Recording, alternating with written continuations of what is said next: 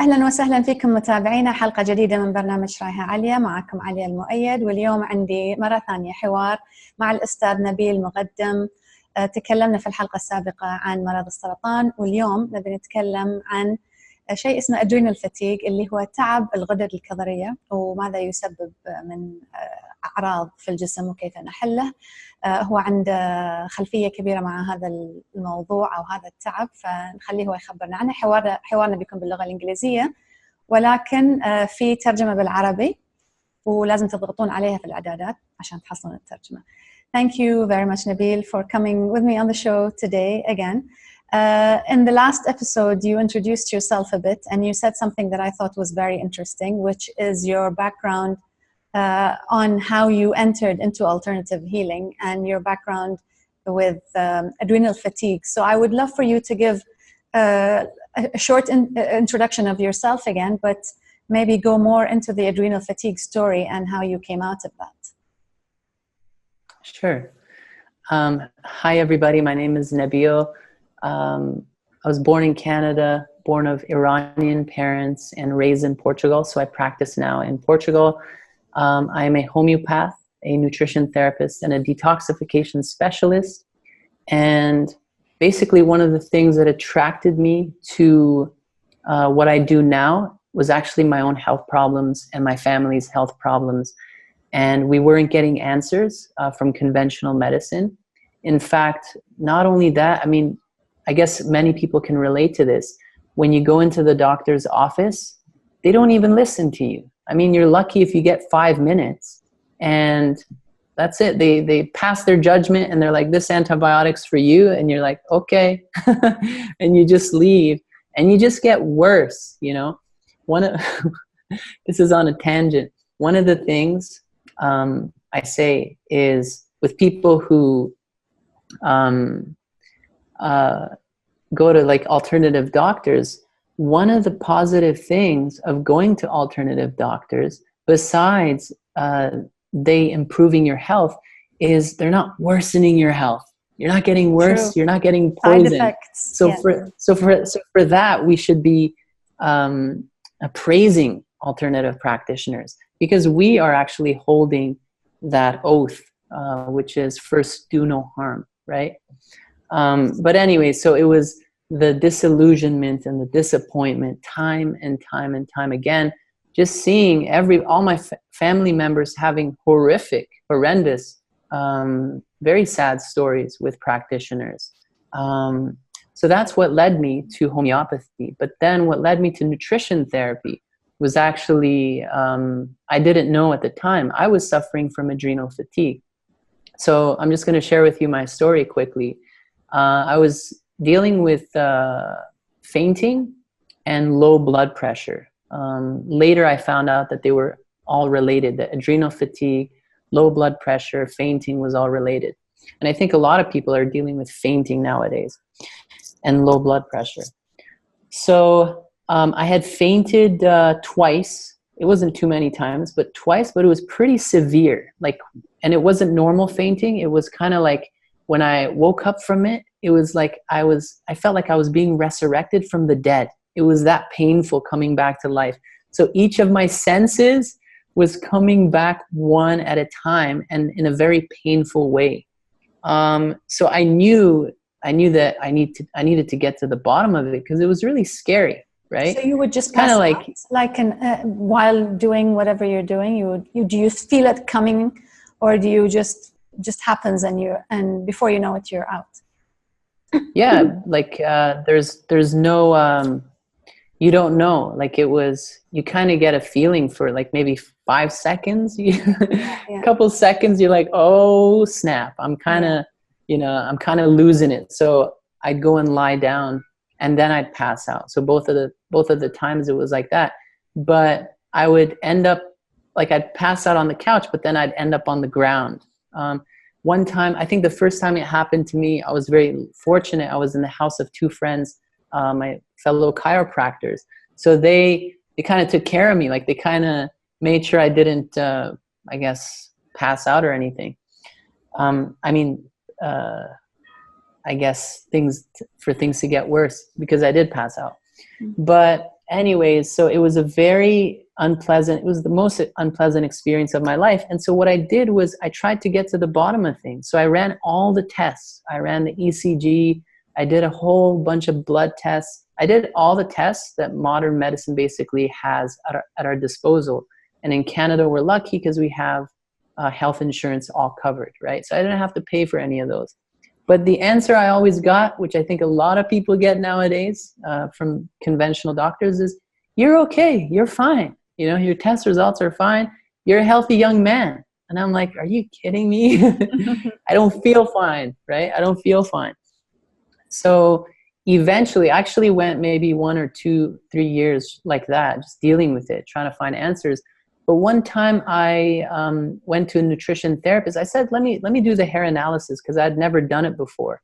And I did the hair analysis, and the hair analysis can actually show us if we're dealing with adrenal fatigue through the sodium to magnesium ratio. So that's it. You know, my sodium to magnesium ratio was very low, which signifies adrenal fatigue.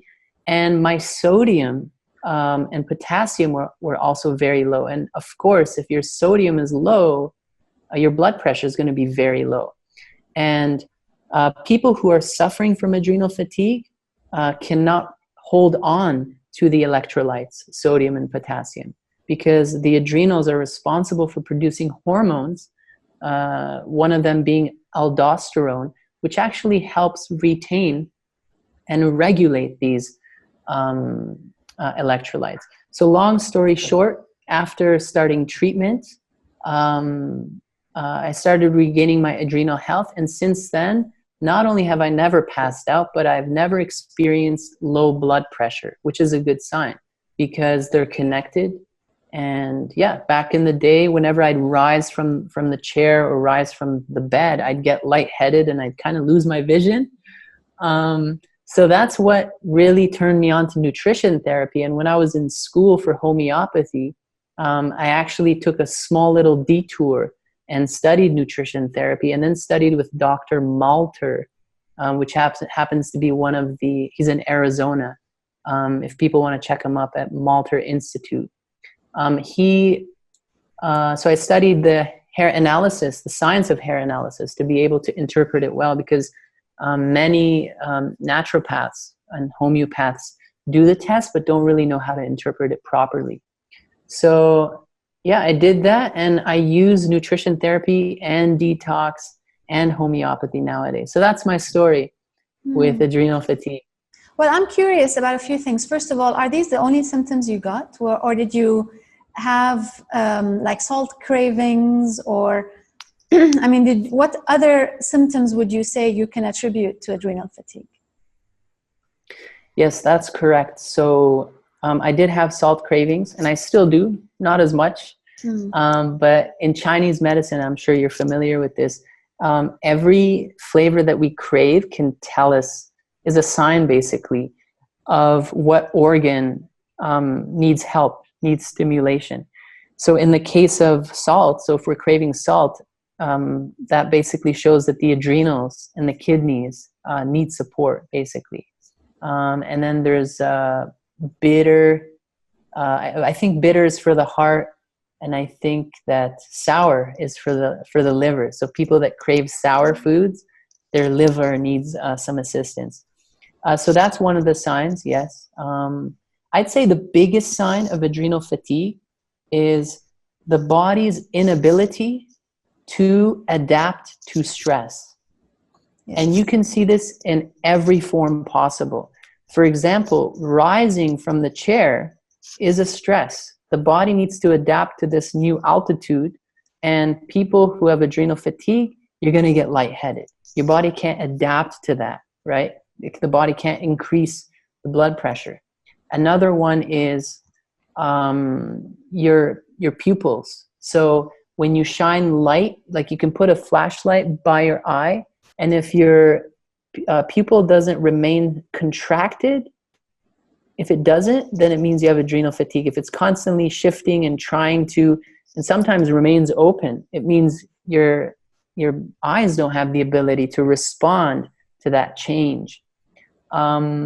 When you're in water, for example, you know how when we're swimming, your fingers turn into like kind of like wrinkled, because that's a way of the body adapting to water. It becomes wrinkled so we get more grip on things, right, in the water, and maybe even more to swim, right? More what's it called? Like surface area to swim. Yes. Yeah. So, but people who have adrenal fatigue, it won't become wrinkled as quickly as it should, right? So just observing these changes, like it's basically the body's inability to adapt, essentially. It becomes weakened to adapt to stress, to adapt to changes in your environment. So you can notice that in many different ways. You know, your body's ability to respond to changes in weather, right? People who sweat quickly, you know, like turns hot, they're playing sports, the body becomes hot, they sweat quickly. That's a sign of they're okay. But people who don't adapt, when it becomes cold, the body doesn't warm up. When the weather becomes too hot, they don't really sweat. Anyways, I think you get the idea, right? So that's what I look for. Those are the main symptoms of adrenal fatigue that a person can tell if you don't have the classic fatigue, you know, debilitating fatigue, and many other symptoms that are characteristic of adrenal fatigue. Mm. So is adrenal fatigue something that's tested for in modern medicine, or is that like did that even come up in your quest as a thing? Because I know it's a big term in the alternative world, because adrenal fatigue is a thing, you know, where you've just bashed your adrenals for a long time and now you're suffering because of it. I wonder if did you come across it being mentioned in modern medicine? No, I didn't.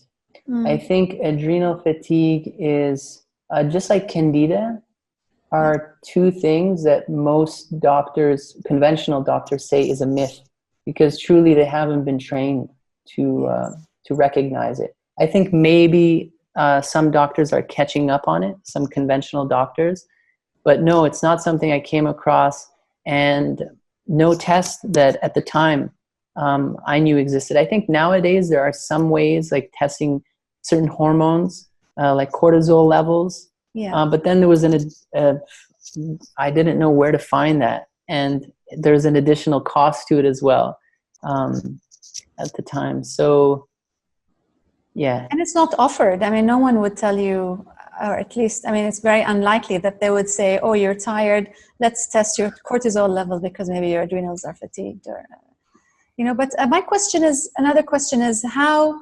Do you feel that the adrenal fatigue comes on because of a long-term deficiency that the body deals with, or does it come after stress, like after many months or many years of being stressed, and then you've bashed it enough that it no longer knows how to deal with stress? Or both? I don't know. What do you think? Yeah, I would say the number one cause of adrenal fatigue is stress, is too much stress.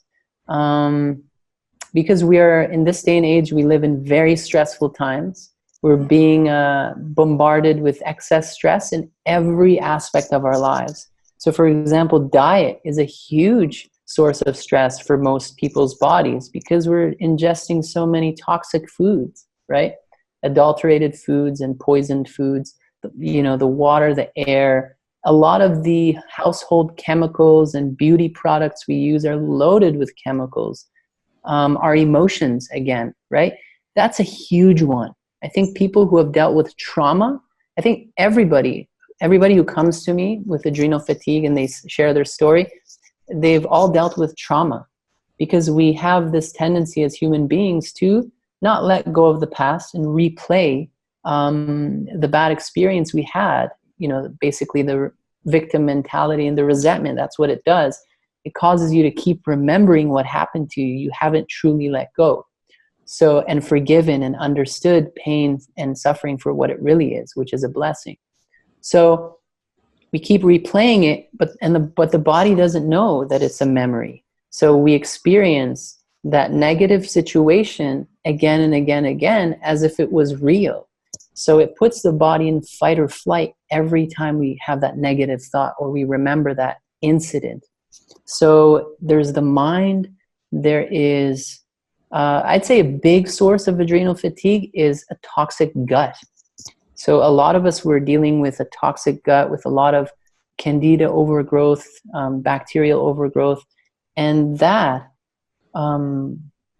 places a heavy toxic load on the system and eventually wears out the adrenal glands as well. So one of the, for my patients who want to treat their adrenal fatigue, in addition to nutrition therapy and taking adrenal glandulars, which is also important, glandular therapy, as Hippocrates inaugurated, I think, and, you know, balancing their biochemistry, we also detox the gut and get rid of this huge toxic overload on the body to help heal the adrenal glands. Another one is, another cause of adrenal fatigue nowadays is overindulgence in vices and addictions. So whether it's sugar causes a huge stress on the adrenals because the adrenals are responsible for regulating our blood sugar levels. Whether it's coffee, because coffee puts the body essentially in fight or flight. Yes. Every time you drink it, because it causes the adrenals to produce adrenaline, which is the hormone that puts you, you know, in the zone, on your guard, basically. Yeah. And I would say the over-sexualized society we live in is, I guess, creating the desire in people to have more sexual activity than we're naturally designed to have, right? In whichever way that it happens for them. And that takes a toll on the adrenal glands. So really, but the interesting thing is, again, we're going back to the heart and the soul, right? Because addictions and vices are really a way of filling that void that we have in our hearts, right? And whenever we look back at anybody who's addicted, it's truly the lack of love that caused them to go down that path, right? To fill that void with either food, you know, comfort eating, or drugs, or stimulation, or entertainment, you know, losing oneself in gaming and all that stuff. So that's why we can't really heal the body long-term without addressing the mental and emotional and spiritual issues or condition of a human being. I think all true healing comes from spiritual healing. Yes. And this says a lot from God. And definitely. And this says a lot also about the society's push for you to run and achieve and do, where we are pressured from a very young age to achieve. And you know, you are applauded for doing more rather than doing less. And then you see adrenal fatigue as an issue in younger and younger generations. My question is, do you first, because I know you said it's linked to toxic gut as well and candida and these things, would you say you would first add the nutrients to lift the adrenals up and then detox, or would you do them at the same time? Because I would imagine that an intense detox would add to the stress at some point. It would, but not this gut detox, again, because it's very safe and very effective and very smooth. Yeah.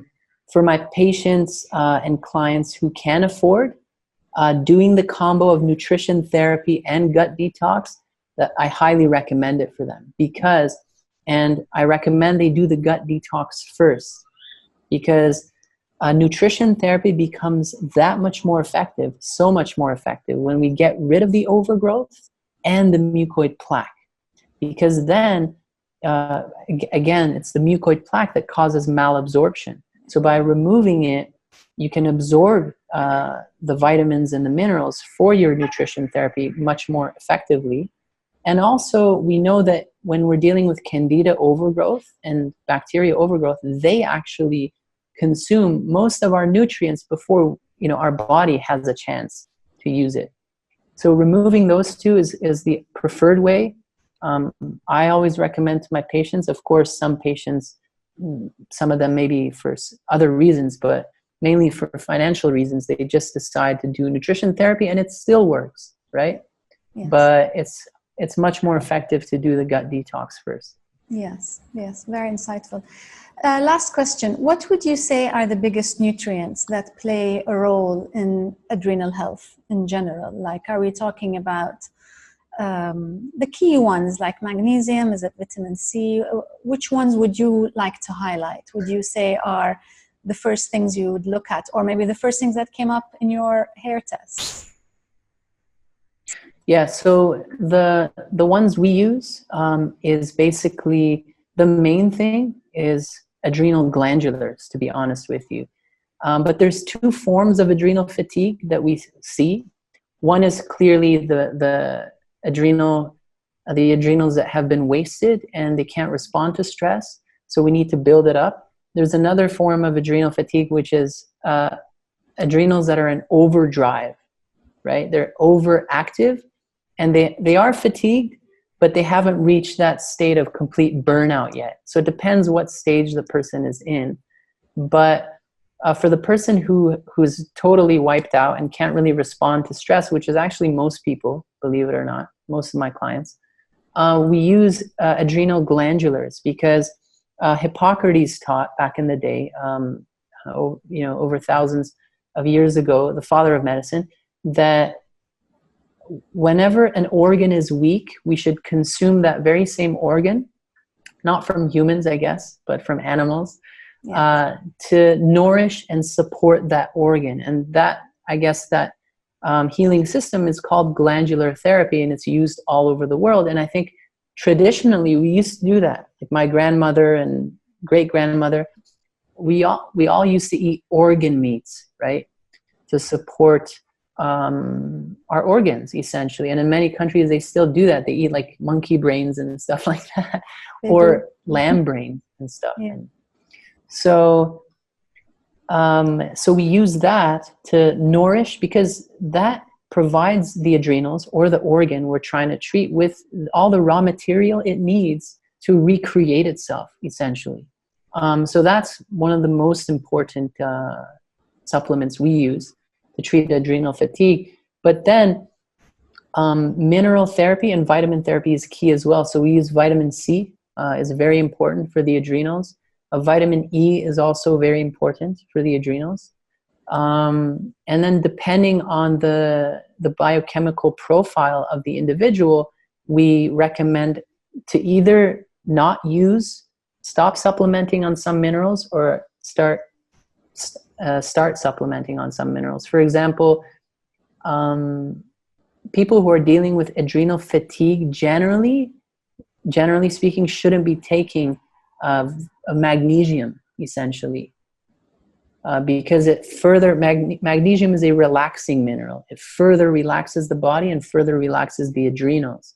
If the person is in adrenal overdrive, if their adrenals are overreactive, then taking magnesium is ideal for them, right? And then, for example, if their sodium is very low, then of course we recommend that they supplement with sea salt until their adrenals are improved, right? Yeah. So, yeah, those are a few things. Vitamins, would you recommend any of them for the adrenals? Yeah, B vitamins, a good B vitamin complex is also very important for the adrenals. Yeah. And when you say that the somebody has adrenal fatigue, but they're in overdrive, so it's that wired and tired kind of feeling where you actually feel like you're on a roll, but you crash some days and then you pick yourself up. So your adrenals are still producing, like giving out their last breath, kind of. Exactly. Whereas people who are dealing with true adrenal fatigue, they're just always calm and relaxed. And even in situations of stress, you see that they're so chill because they can't really respond to it. They don't have a healthy response to be stressed in a stressful situation and not be stressed in a non-stressful situation. That's how I used to be. So whenever something crazy would happen, I'd be the chillest person in the room. And I thought that was cool, but it's not, because there are situations that call for you to react to it. And that can actually keep you safe and other people safe around you, right? So, yeah. Yeah, so you're washed out completely, that you can't even react at a time when your mind registers stress. You can't even react to that. Yeah, but the wired and tired feeling is also characteristic of copper toxicity, which is I wouldn't say too common, but we see it often. Yeah. Yes. So much to talk about. Thank you so much. This is really insightful, and I hope it gives people some clues as to where to start to look, at least when it comes to their symptoms, and hopefully look into nourishing the body. Thank you very much, Nabil. My pleasure. Thank you for having me. شكرا لمتابعتكم. إذا عندكم سؤال عن هذا الموضوع أو غيره حطوا لنا إياه في التعليق، وإن شاء الله ناخذ منه أفكار حق الحلقات القادمة. ولا تنسون تشتركون في القناة، أيضا اضغطوا الزر الأحمر للاشتراك، ونراكم إن شاء الله في حلقات قادمة. شكرا لكم.